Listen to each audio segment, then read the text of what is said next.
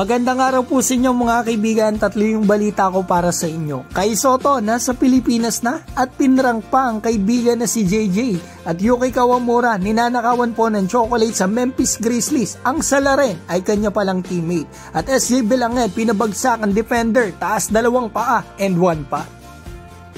Simulan po natin sa dating katandem ni Kai Sotto noon, si Yuki Kawamura na player po ng Memphis Grizzlies ngayon. Sa latest interview po niya, may nakwento siya about sa kanyang mga teammates. Dito kay Ja Morant daw, tinuturuan siya nito mag-English, pati yung mga English na hindi ka nais-nais. At the same time, mahilig daw ito sa isang Japanese candy at may sinabi pa siya about dito kay Scottie Pippen Jr.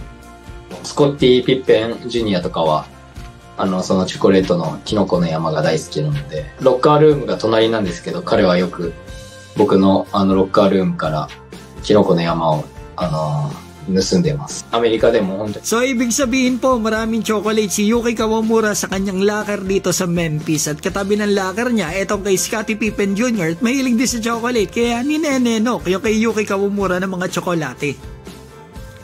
So eto, punta naman po tayo dito sa ating kababayan nandoon sa Korea, sa KBL, SJ Belangel. Yan, makikita natin mga kaibigan ng kanyang laruan. Kagabi lang po ito, 30 seconds lang to mga kaibigan. Panoorin po ninyo. Solid yung pinakita niya rito, 16 points, 3 rebound, 3 assists, and 5 steals mga kaibigan. Kalaban nila dito, ang team po nila Gomez De Liano. Yan, ang dating team ni Ran Sabando. So ito, makikita natin yung gagawin niya dyan. Taas ang 2 paa ng defender and 1 pa mga kaibigan mula sa ating kaibigan, SJ Belangel. So yan, nakikita natin tumaas ang pa ni kaibigan. Buti lang hindi siya na-offensive at nakakuha pa siya ng end 1, naka-pass break pa dito.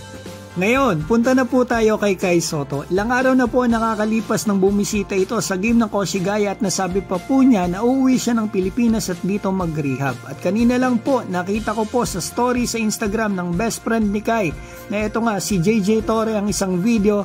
Sila pong dalawa ni Kai. Ito, panoorin po natin. Special thanks po kay JJ.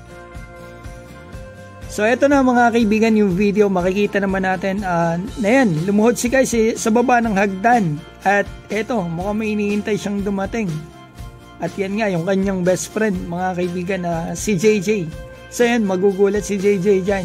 Nakikita rin natin sa upper right corner ng post po ni JJ yung date, March 18, 2025. Ngayong araw po yan mga kaibigan. So malamang andito na talaga sa Pilipinas ang ating pambato na si Kai Sotto. At dito siya magpapalakas, sigurado yan, dito sa Fit21 ni Coach Mel Lantin. Mga kaibigan, batiin ko po pala si Dennis Golosino, Arthur Pablico, Art Apilado, Edith Doramal, Ralph Peggy Flores, Rap and Ball PH, Ronman, Kamikasi, Ruel Basadre, Junicio Rupo, Agerico Salvador, Dwayne Giselle, Filipino Official, Joey Del Mundo, Antonio Erondo, CCTV, Larry Gaufo, at Kapalagi Rex Sports, pati na si Denlin Limpinon. Mga kaibigan, maraming salamat po.